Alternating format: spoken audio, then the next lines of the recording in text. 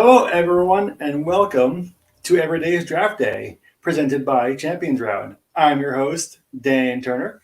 Joining me, as always, the wonderful and so ready to talk about the Eagles, Steffi Smalls. What's up, Steph? Hi, we're not talking about the Eagles. We Well, are. congratulations. I'm happy for your team. I'm happy for Devonta Smith is who I'm happy for. That's good. I'm We're all not happy. happy for you, and I'm not really happy for your team, but I am happy You for are him. the nicest person ever. Thank you for that. All right, so before we get started on the mailbag questions, we have a giveaway to announce. I'm sure everyone's looking forward to me saying this. So this week we have a Clyde Edwards-Helaire signed Chiefs jersey. In order to get the Chiefs signed jersey, you click the link in our bio on Instagram at Champions Round. Enter this key phrase: CEH is back, baby. You did it. Let's I did it. go. I did it. So if you enter the phrase CEH is back, baby, on the link in the bio of Champions Around Instagram, you'll be entered to win that sweet signed jersey. Now that we got that ridiculousness out of the way, time to get on with the questions presented by the audience. Yes. So, first one: do the Giants or Eagles have their franchise QB right now? You can go first. I believe that if Jalen Hurts continues to progress like they have, and if they continue building the system around him, he has the possibility of being the franchise QB that we need. He's never going to be like the Mahomes, Peyton Manning, Tom Brady kind of person, but I believe that he is good enough to. Yes, thank you, Jay. It's very nice to see. It's very nice to see you. But I believe he is good enough to make some noise in the playoffs if we happen to get there and if we get more pieces. I don't think it's going to happen this year. I don't think we're good enough this year. But eventually, if Sirianni continues to build around him, he's good enough to lead us there. Hmm. What about you, with Um, your boy Danny Dimes? I don't think you can evaluate any Giants players because of the way that this team is being run right now. Like that includes, uh, I mean, everyone. We don't know because they're not playing to anyone's best traits. Between and you saw Daniel. I was gonna say Daniel Dimes, which is such a hilarious thing to call Daniel him. Dimes. You saw him really start to go through his reads and look very good in week 4, week 5, and then Andrew Thomas got hurt, and that really killed the team. So I think Daniel is staying another year. Whatever the Giants fans can say whatever they want, they need to address the line in the draft, and I think that's going to be their focus because Gettleman's whole thing was he's going to bring the hog. Well, we have a horrible O line still, so you have done nothing. You have failed to do that. And my hope is that they bring in a new GM, and if they do that, I think that would be the first. That would be their first. Line of attack there. But I think Mhm. Daniel is. I watched Eli Manning. I watched him his first 3 years not be the greatest quarterback. I think not every franchise needs Patrick Mahomes. Right. On that we agree. I think that he definitely needs a better support system around him in New York in order for us to really see what he has. I know a lot of people like to make the joke that he was drafted too early and all that, but he really needs some better pieces around him before we can fully evaluate. Now, whether or not he gets the chance to get those pieces, is a different. It's the same with Jalen Hurts. Whether or not they get the chance, if they stick around long enough with the Eagles having those picks, and the Giants might be moving away from Jones as well. But hopefully they both do because I like to see them, stay in the division and be like rivals for a long time. I think that'd be fun. Yeah. And both our franchises have a crap load of draft picks next year. A lot of draft capital. Probably two of the high on the higher end there if the Eagles aren't the most. And I think that they should use those to build around the quarterback. I don't know Mm-hmm. why fan bases don't want that to happen. Build around the quarterback and then evaluate him. And if it doesn't work, get rid of him. So I think both franchises are in a good place. Yeah, I agree. I think that I don't like any of the quarterbacks. I don't think any of the quarterbacks coming out next year really, high first round type talents anyway. So Right. stick with what you have, and and build around them. There are a lot of like other pieces that they can build with throughout the draft. All right, sticking with an Eagles player, you mentioned him before, Devontae Smith. Would you rather take Devontae Smith or Jalen Waddle the rest of the season in PPR? Feels a little bit like a crapshoot. I think that Hurts and Smith, that's probably where I'm going to lean. I think that that chemistry is really heating up. Smith is coming off a great week, 2 receiving touchdowns. His highest points in fantasy yet this far. I'm going to lean Smith, and I think that where that lays is in my trust more with the Hurts and the Smith connection than just my weariness about Miami. No, I agree. I was looking up, and Waddle gets targeted a lot more than Devontae does, but Devontae makes more out of what the opportunities he has. So I think now that he's kind of growing into that wide receiver one role, and this week was kind of the past couple of weeks are kind of like his breakout weeks. I think that moving forward, I know that because I'm an Eagles fan, but I'd rather have him too. And also the fact that Miami can't decide whether they want Brissett or Tua starting any given week is kind of a pain in the butt too. So that doesn't help either. Yeah. All right. So moving along, would you rather have Pat Fryermuth or Dallas Goedert the rest of the year? I don't want to make this the Eagles show. Can you go first?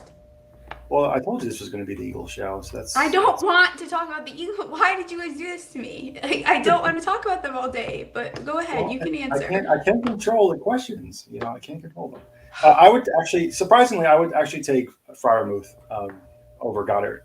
I think Fryermuth is definitely becoming a bigger part of the offense. He's targeted more, and the Eagles kind of like switching over to a more of a running team.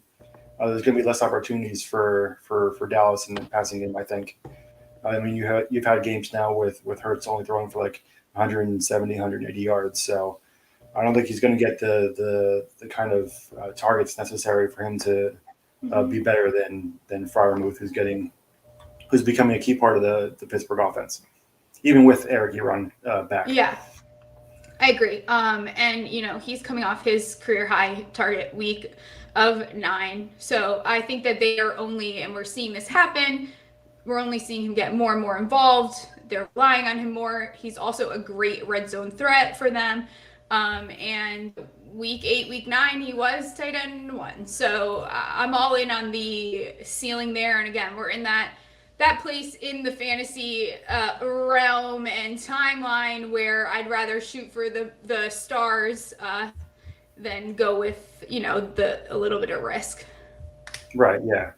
You're gonna take the shot. Take the shot. Especially depending on where you are in fantasy leagues. If you're gonna go for the home run, try to hit the home run. If you don't get it, then you don't get it. But at least you tried. And it's fun to call him Muth Daddy. I am never saying that. You have to. I don't have. I don't have to. I know I'll have to next week. You obviously did not read the contract very well when we signed because it's in there. Listen, I have to say enough ridiculous things because you and Jason put them as the phrases enough, or I don't have to say that. I know now that that's going to be part of the phrase next week somehow, but for this week, I'm not saying it. I refuse. All right, should Amari Cooper be dropped? No. Wide receiver 23 through 10 weeks of play. This question is exactly why you should buy low on him. I think that Dak trusts him. The caveat to this is CD getting more involved. I think he's just a buy low. I don't even realistically drop Amari Cooper unless there's some great opportunity sitting there in leagues. But I think Dak's relationship with CD is my only thing slightly nervous.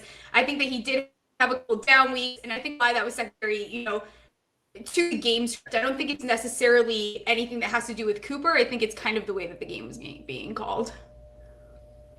Yeah, I agree. I think he's definitely not doing as well as some people might have hoped, but he's definitely not droppable.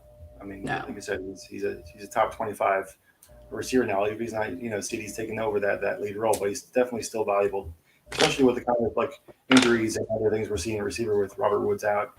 If you have Cooper, I'd hold on to him and see if he can improve the rest of the year. But I'm certainly not dropping him for nothing.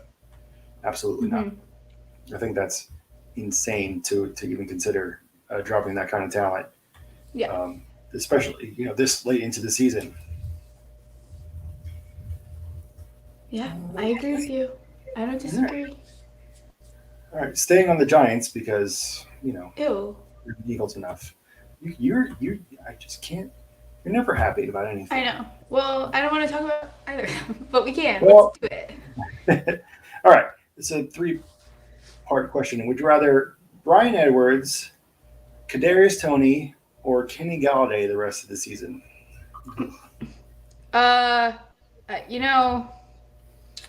Gallaudet is gonna be out, and if I had to pick two, I'm gonna lean Edwards and I'm gonna lean Toney. The reason why I'm still in on Toney, and I am probably going to hurt my own feelings, and that's fine,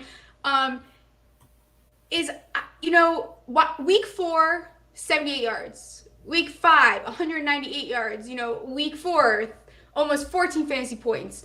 Week 5, almost 30 fantasy points. Like, the potential is so there for this guy to be an absolute bombshell for fantasy that I'm still in on starting him, because I think that those 2 weeks, they still had everyone on the field. I think getting Andrew Thomas back, we saw his targets go up last week. It just is going to come down to Jason Garrett. I'm willing to make that risk because of the ceiling that's there. I'm still in on Toney, and again, it's me being foolish, and that's fine, whatever. And other than that, I think I'm going to go Edwards. He struggles a little bit to get open on single man coverage there, but again, I think his time is coming.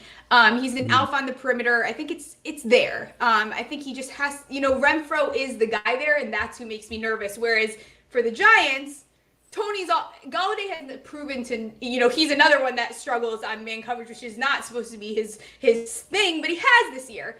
So I think I'm leaning Toney out of these three. I will disagree. I like Brian, like Edwards more.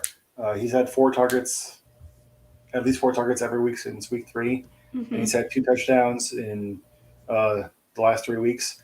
I just think that, with Ruggs no longer being on the team, he's definitely going to get more of the work. Obviously Waller and Renfro are the target hogs in that offense, but there's definitely going to be enough left to go around where you can see that Carr is definitely starting to trust them a little more. But other than Edwards, I also go with Toney. I just don't trust Gallaudet to A, be healthy, or B, when he is healthy, perform when he's on the field. For whatever reason, he just it isn't doing it in New York. But Toney has that draft capital and the athleticism, and we've seen him produce when given the chance. So I would go Edwards, Toney. I think I'm subconsciously picking Toney instead of Edwards because I really want Zay Jones to be a thing, and I know he's not going to be, but I love him, and I would really enjoy him to be more involved in the offense. That's the most random thing I've ever heard. Why Zay Jones? You're acting like I don't say random things all the time. Yeah. I didn't take Dan for a never Minshewer. Yeah, I just don't think Minshew was going to do any better than Jalen would. Sorry. We do have a question from our friend Jay, and it's an Eagles question. Will the Eagles keep running the ball this much when Miles Sanders comes back, and is he an RB2? I'll go first on this one. I think that they will. I think that they've shown that running the ball this much only helps Jalen Hurts, helps the play action game. The offensive line, is opening those holes. They're doing really well running the ball with Boston Scott and Jordan Howard, who they signed off the street 3 seconds ago. So if Miles Sanders can come back healthy, he's the most talented back out of the 3 of them. And if he gets the majority of the work, then there'd be no reason for me to believe that he wouldn't be an RB2 going forward when he comes back healthy. I think he's going to come back and there's going to be no running game. I know that's what's really going to happen. I'm okay. staying away. I don't care. I'm out. I've been out on Sanders. I think if for some reason the Eagles just get allergic to running when he's on the field. So I'm out. I'm good on that. I'm good on Sanders. Miss me. All right. So no Sanders first out. Got it. Going back to the list of questions, is Mike Williams a must start anymore? No. No. Not at all. Week 1 through 5, wide receiver 2. Week 6 through 10, wide receiver 80. Not 60, not 40, not 20. Not 70. Not 80. 70, 80. And we're seeing, the reverse with targets here. Weeks 1 through 5 for Mike, 56. Keenan, or not even 56. I don't know what did I write there? Keenan was 57. Anyways, the bottom line is Keenan is getting the targets now. And for some reason, these past couple weeks, he only got 16 targets. So it's not happening. He's not a must start. It's going to be making the decision based on your lineup, but he's no longer that must start guy, which is really disappointing. I completely agree. He's had less than 8 fantasy points last, I think, like 4 out of the 5 weeks. Yikes. He just isn't getting any work anymore. He had the fantastic start, and we all thought this was going to be the year that finally, he put it all together and became that fantasy superstar we've all been hoping for. But it just, for some reason, he fell off a cliff. And I don't think he's going to come back from that. I think that it's Allen's team now. They have Eckler, and I just don't see him bouncing back. So I would not say he's a must start at all going forward. Yeah. Sad. Another 3-player question: Wayne Gallman, Jordan Howard, or D'Onta Foreman? Okay. Do not fall into the Gallman trap. And everyone knows I'm a Gallman truther. Arthur Smith came out and literally said because of the scoreboard is why Gallman got so involved. He is not going to continue to get that involved unless the game goes in that direction that they end up putting him in. Yes, he did thrive. We saw him briefly those 4 or 5 weeks, whatever he was, finishing RB 1 through 10, whatever he ended up. I think it was 6, 8, depending on the week. He did thrive behind a really shitty Giants O-line.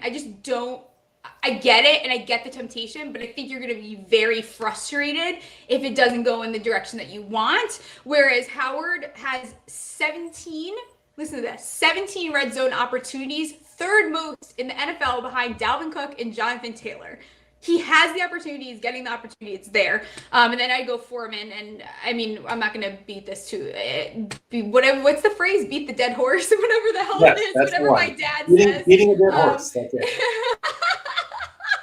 Whatever the beating the horse thing is. Whatever I'm not going to do it. Foreman is. has a great matchup. He's obviously the guy that they're relying on. They're doing this kind of committee thing, but he is the leader back there, and I'm all in on him. Picked him up all over the place. Just got off the phone with my brother before this. Told him to pick him up. So between the two, I think Gallman, I get it. The idea is very cute, and I understand why. If you want to put him on your see what happens, I just don't think that that's realistic. Yes, we don't like cute ideas around here. I agree with you completely. I think it's definitely Howard and Foreman. Howard has turned into that kind of the goal line back for the Eagles with Sanders being out.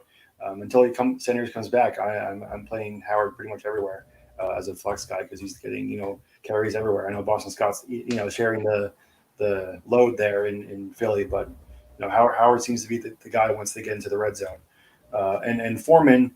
The Titans' backfield is obviously a huge mess ever since Derrick Henry got hurt. But he seems to be taking over the head of the 3-headed monster they have with Peterson there. So I would trust Foreman. He's looked the best out of all the running backs. Yeah, he looks good too. Is the thing. He looks great, and he's also in the receiving game. So there's an advantage there, whereas we talked about this last week. Adrian Pearson is going to be, or maybe 2, I don't know. It's a couple episodes ago. We talked about he's going to be touchdown dependent almost because you're not going to get much out of him unless he's scoring. So he's not the realistic option even there. Right. Absolutely. And Foreman isn't even that old. He's only 25. So it's not like he's some ancient back. Yeah, he's a baby. He's not like Le'Veon Bell or something like that. That's ancient and just pick him off the pile. He's still pretty young. Yeah. So he's definitely, he's getting some of that receiving work from McNichols and he's getting the rushing work from Peterson. So he's basically combining Peterson and McNichols, and what you're getting is Foreman. Yeah. So definitely go that way. And he's a great matchup this week. I'm all in. Absolutely. And for Gallman, I don't trust it yet. Like next week, if he gets like the same amount of work, or if like Patterson is more injured than we think, then maybe. Mike Davis hasn't done jack since he's right. Like if you're creepy like me and like I have him on my dynasty benches, like I'm ready to deploy him should he do what he did last year. But I'm ready to pull him out at the same time. So this will probably be the last year I'm hanging on here to Gallman. But again, I think it's a little too soon. Now is not the time. It's going to depend a lot on scoreboard, which that could happen to like they play tomorrow, right? Yeah. But again, you're probably down pretty bad if you're having to consider putting in Gallman. You're nervous. It's rough. It's rough for you. Yeah. Yeah, you're not doing good. Yeah. I think that your fantasy benches must be like Stephen King novels. Like they're just complete horror shows, and no one should ever see them ever. It's like you see like one of your lineups, and then like you die like 7 days later or something like that. Yeah, something like that. Exactly. All right, we got another question from the comments. Justin Herbert against the Steelers or Russell Wilson against the Cardinals this week? This is tough. I don't like the way Herbert's looked. I'm going to be honest. I don't think he looked very great. The Vikings defense made him look like a silly goose. I've been dying to be able to show my sweatshirt, so it seems like a good time. But and the Steelers again, they've looked really, really good defensively. I'm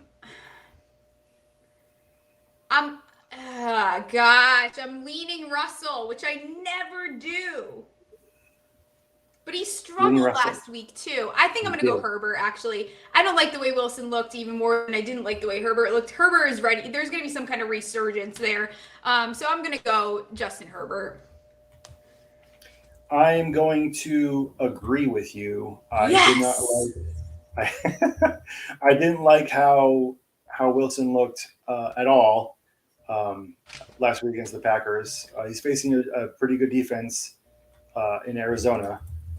And I like Herbert's matchup a little bit better. Even if both were completely healthy, I'd still probably lean Herbert. But Russell just looked like not Russell at all last week. I don't know if he came back a little too early from his finger injury or what happened, but that was like he's probably one of his worst games like ever. It's worse. It's a bad matchup. He might be back too early from the injury. So I would take Herbert this week. And they're saying that Mason Rudolph might be playing, which means I don't think they're going to have a lot of time offensively on the field, which means I don't know. I'm talking to myself. I don't know. I would go Herbert, though. I think Herbert is a safer bet. I think Wilson was very clearly not ready to come back. Yeah, agreed. So Herbert, Dom, thank you for the question. All right, last one. This is actually a dynasty question. This is one that's rather interesting. When do you pull the rip cord on a rookie before trading or dropping them? Here's the thing. It's a little late in the season, right? So if these were your guys, like, I'm not like going and dropping Tony. I'm not going and dropping Nico Collins. I'm not going and dropping St. Brown, because these were guys that I wanted, that I went out and I drafted in my rookie drafts, and I'm probably hanging on to them. I don't know that I'm getting ready to drop them. I think I'm not really dropping rookies right now unless it's like all those ridiculous tight ends that I picked up that I did not need to pick up. I mean, you could probably afford to drop one of those tight ends. I'm not getting ready to trade McKinney, but I lied. I did just drop him recently. Why do you even have him rostered at all? Because I like him. Okay, that's a good reason. For me personally, if I personally drafted a rookie in Dynasty, I'm giving him until about year 3 on average. Year 3? Yeah, 2 full seasons. If I'm doing the research myself, it's so sweet. But listen. If I'm doing the research and I am in on a guy and I believe in him, and then he turns out, for some reason he just does shitty in year 1, I'm going to give him another year before, You're probably a really good spouse. Thank you. That's the nicest thing you've ever said to me. Ever in life. Someone, what time was that? I have to document that. No. The nicest thing Steph has ever said. No, but so unless it's they completely fall on their face and it just look like they don't belong in the league, then I'm going to give them, a couple, at least like a year and a half before I drop them entirely. Just because, sometimes they take longer to assimilate to the NFL. Sometimes it's the system, the coach, they're just on a bad team. So I'm going to give them a chance before, I cut them loose. Okay, fine. All right, so that will do it for this episode of the Every Day is Draft Day mailbag. I'd like to thank everyone that gave us the questions and are watching. I'd like to thank Steph for hanging on through the Eagles part of the program. I know it was tough for her. She's probably gonna have a White Claw later to. Honestly, when you talk about the Eagles, I just look and I just gaze at the Barkley jersey, like I just stare at it, and it makes me feel, it's very comforting. There we go. And so, Steph, why don't you tell everyone where they can find you? You guys can find me on Twitter at Steffi Smalls with 3 L's. And you can find all my stuff at Champions Round, Smalls Talks Balls, all the good stuff. And we will be back tomorrow for another episode. Woo, woo. You can find me on Twitter at EagleDanFF. All my stuff is on Champions Round. I'm actually debuting a new column this week because buy sale's over because most trade deadlines have been passed now. So I'm going to write some new content. It's going to be actually a draft review where we see where guys were drafted and how they've been doing so far this season. We'll be back tomorrow, as Steph said, to preview Thursday Night Football and the rest of the Week 11 action. So thank you, everyone, for watching, and you all have a great evening.